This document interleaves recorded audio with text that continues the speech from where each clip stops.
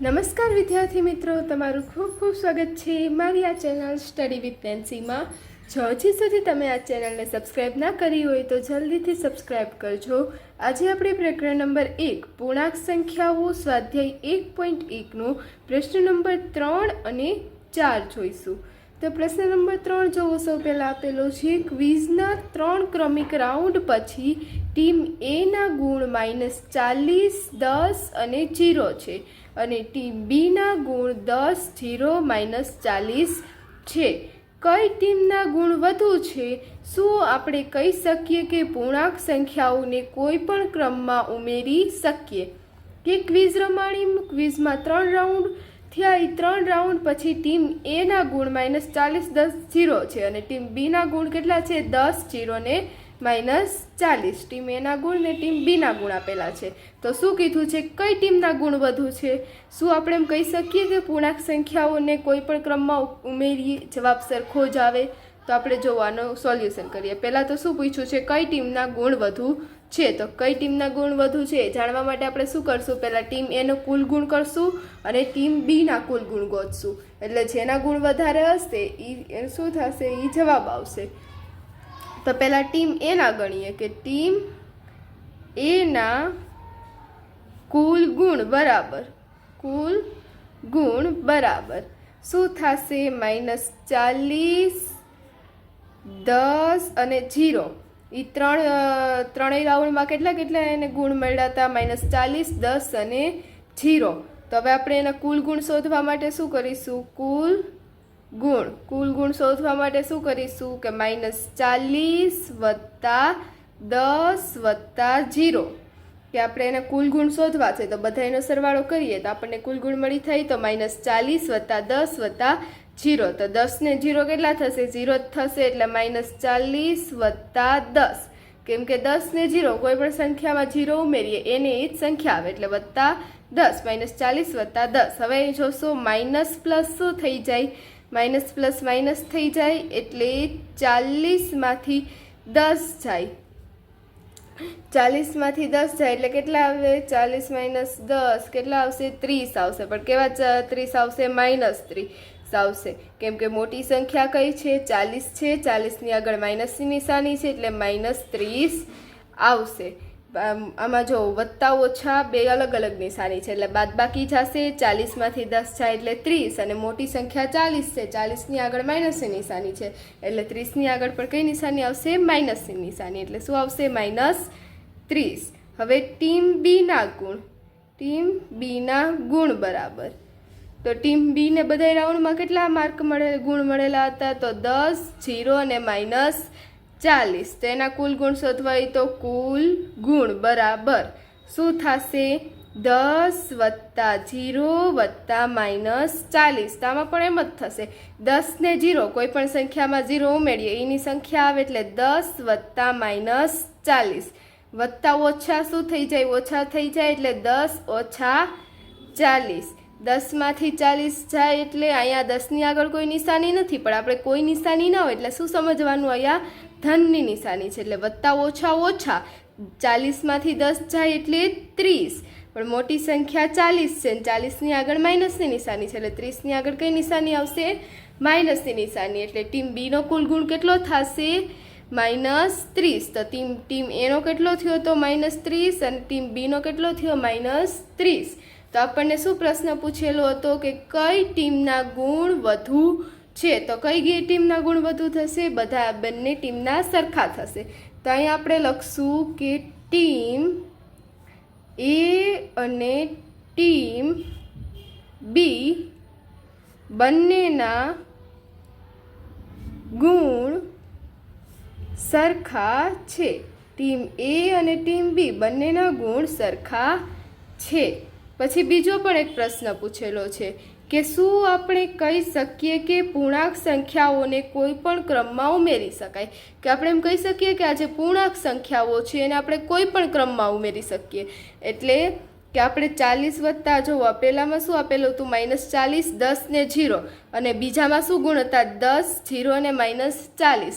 તો જુઓ સંખ્યા સરખી જ છે -40 10 10 અને 0 0 સંખ્યા સરખી જ છે, ખાલી કેવી છે, આડાવડી છે. તો આમાં એમ જ કીધું છે કોઈ પણ ક્રમમાં આગળ પાછળ કોઈ પણ ક્રમમાં ઉમેરીએ, જવાબ શું આવે, સરખો જ આવે. તો શું આવે, સાચું આવે. તો એમાં શું લખીશું કે શું પૂછ્યું છે, શું આપણે કહી શકીએ કે કોઈ ઉમેરી શકાય? તો આપણે શું કહીશું, હા કહી શકાય કે હા પૂર્ણાંક સંખ્યાઓને કોઈ પણ ક્રમમાં ઉમેરી શકાય.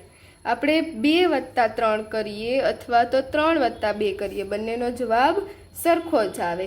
આમાં એ જ કીધેલું છે પૂર્ણાંક સંખ્યાને આપણે કોઈ પણ ક્રમમાં ઉમેરી શકીએ. હવે જોવો, એવી જ રીતે ચોથો દાખલો આપેલો છે. નીચે આપેલ વિધાનોને સાચા બનાવવા માટે ખાલી જગ્યા પૂરો. નીચે જે વિધાન આપેલા છે એ સાચા બને એવી રીતે આપણે ખાલી જગ્યા પૂરવાની છે. તેમાં જોવો, પહેલું વિધાન શું આપેલું છે, -5 + -8 બરાબર -8 વત્તા ખાલી જગ્યા. એટલે જોવો, -5 વત્તા -8 બરાબર, બરાબર એટલે શું, સરખા છે.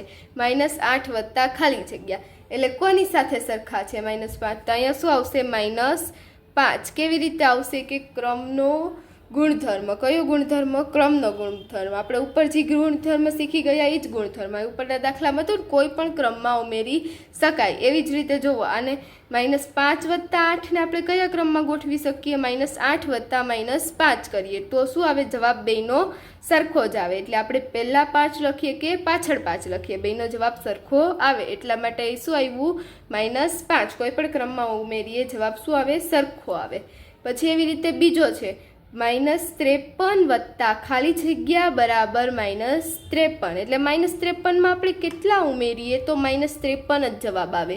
તો કોઈ પણ સંખ્યા તમે ધારી લો કે 2 લઈ લો, કોઈ સંખ્યા લઈ લો 2 લઈ લો, તો 2માં તમે કેટલા નાખો તો 2 આવે. ઓફકોર્સ 0 નાખીએ તો, કોઈ પણ સંખ્યામાં આપણે 0 નાખીએ તો એને એ સંખ્યા આવે. 2માં આપણે 1 નાખીએ તો શું આવી જાય, 3. 2માં આપણે -1 નાખીએ તો 1 જવાબ આવી જાય. તો આપણે શું જવાબ લેવાનો છે, 2 જ લેવાનો છે. તો કોઈ પણ સંખ્યામાં ઈની આપણે જવાબ આવે, કોઈ પણ સંખ્યામાં આપણે 0 ઉમેરીએ તો તેને તે જવાબ આવે. એટલે 2 + 0 બરાબર 2 થાય. એવી જ રીતે -53 વત્તા 0 કેટલા થશે, -53. એટલે કોઈ પણ સંખ્યામાં 0 ઉમેરીએ એને એ જવાબ આવે. પછી 17 વત્તા ખાલી જગ્યા બરાબર 0. ત્રીજો દાખલો છે, 17 વત્તા ખાલી જગ્યા બરાબર 0. તો 17માં આપણે કેટલા નાખીએ તો 0 આવે. તો 17માંથી આપણે 17 કાઢીએ એટલે -17 બરાબર 0. 17 વત્તા -17 બરાબર 0. આમાં કયો ગુણધર્મ વપરાણો છે કે વિરોધી સંખ્યાનો સરવાળો હંમેશા શૂન્ય હોય.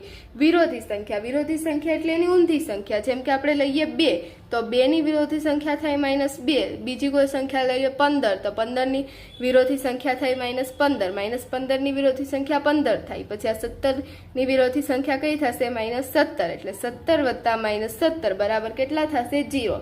તો ત્રીજા દાખલાનો જવાબ શું આવશે, -17. હવે જોવો, ચોથો દાખલો આપેલો છે, 13 વત્તા -12 કૌંસમાં વત્તા ખાલી જગ્યા બરાબર 13 વત્તા કૌંસમાં -12 વત્તા -7. તો આમાં કયો ગુણધર્મ છે, તો આમાં આવશે જૂથનો નિયમ, જૂથનો ગુણધર્મ આવશે. આ ચોથામાં અને પાંચમામાં બંનેમાં આપણે જૂથનો ગુણધર્મ જ ઉપયોગ કરવાનો છે. કે આમાં જોવો, 13 -12 વત્તા -7. તો આમાં શું આવશે, આ જે સંખ્યા છે એ સંખ્યા આપણે અહીં લખશું -7. આનો મિનિંગ શું થાય કે આપણે 13 વત્તા -12 કરી પછી આપણે વત્તા -7 કરીએ અને આનો પહેલાં -12 વત્તા -7 કરીને પછી એને આપણે 13માં ઉમેરીએ. બંનેનો જવાબ શું આવે, સરખો આવે. આ જૂથ બનાવો કે આ જૂથ બનાવો, બંનેનો જવાબ શું આવે, સરખો જ આવે. એવી જ રીતે પાંચમો દાખલો છે, એમાં પણ એમ જ છે, -4 વત્તા કૌંસમાં 15 વત્તા -3 કૌંસમાં બરાબર કૌંસમાં -4 વત્તા 15 કૌંસ પૂરો વત્તા ખાલી જગ્યા. તો આમાં શું આવશે, અહીંયા કઈ સંખ્યા છે, -3. અહીંયા શું આવશે, -3.